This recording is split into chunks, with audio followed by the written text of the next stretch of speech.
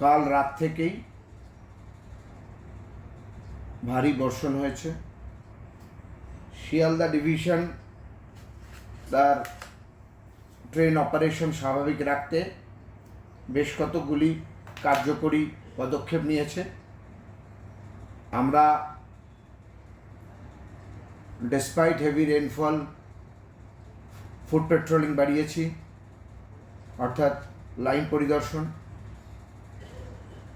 Critical location earmark করে সেখানে আলাদা নজরদারি চালানো হয়েছে। ওয়াটার লগিং কন্ট্রোল করার জন্য সব রকম অ্যাভেলেবল রিসোর্সেস ব্যবহার করা হয়েছে। র্যান্ডাম চেকিং হচ্ছে সবসময় পয়েন্টস এবং ক্রসিংসের।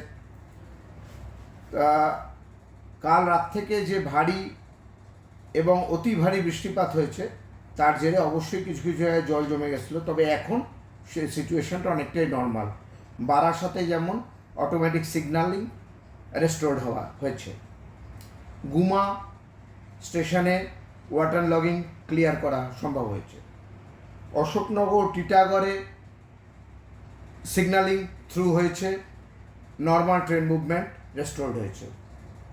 বেলঘড়িয়া 1 এবং 2 নম্বর প্ল্যাটফর্মে কিছু সমস্যা ছিল, সিগন্যালিংয়ের লাইনে ওয়াটার লগিং ছিল, ক্লিয়ার করা হয়েছে। একটিও লোকাল ট্রেন শিয়ালদা ডিভিশন বাতিল করেনি। ট্রেন অবশ্যই একটু ধীরে চলেছে, সেটা মূলত যাত্রীদের নিরাপত্তার স্বার্থে এবং কোনো যাতে আনটুয়ার্ড ইনসিডেন্টস না হয় তার জন্য।